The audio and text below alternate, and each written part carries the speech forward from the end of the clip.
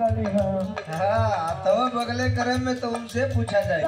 छछुंदर के सिर पे न भावे चमेली कहाँ राजा भोग कहाँ गंगू तेली। यही तरह हाथ उंगली दिखाओ तो ना दिनेश बोल करतार ले तो मारी मारा होई गरा एक लाइन अमरी कहे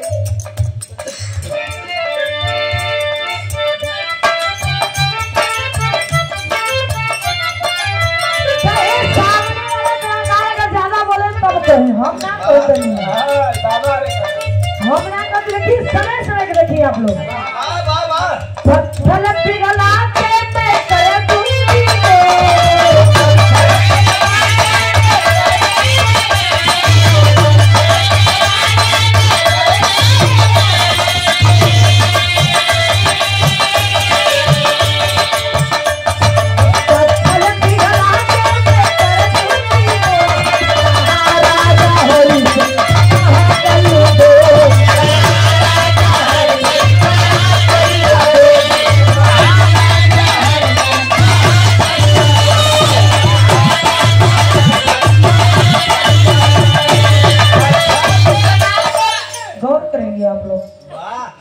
पत्थर पिघला के मैं कर दूंगी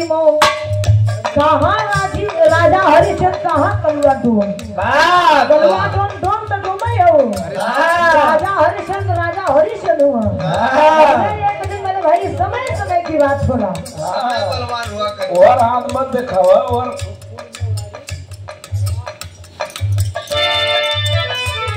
पत्थर पिघला के मैं कर दूंगी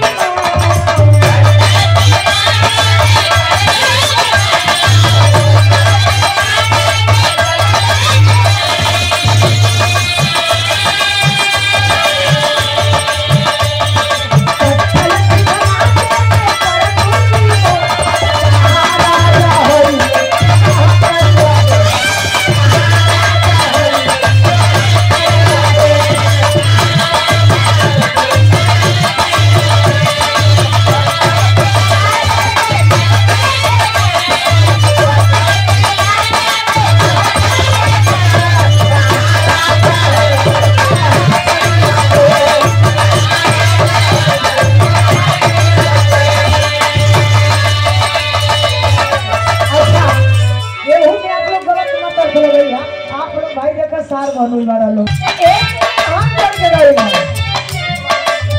तो हरा बजे हम रवतनी मोहब्बत में सबसे मां बेटी से होला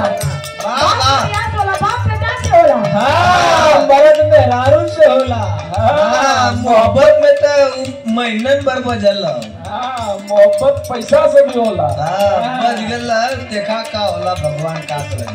मोहब्बत की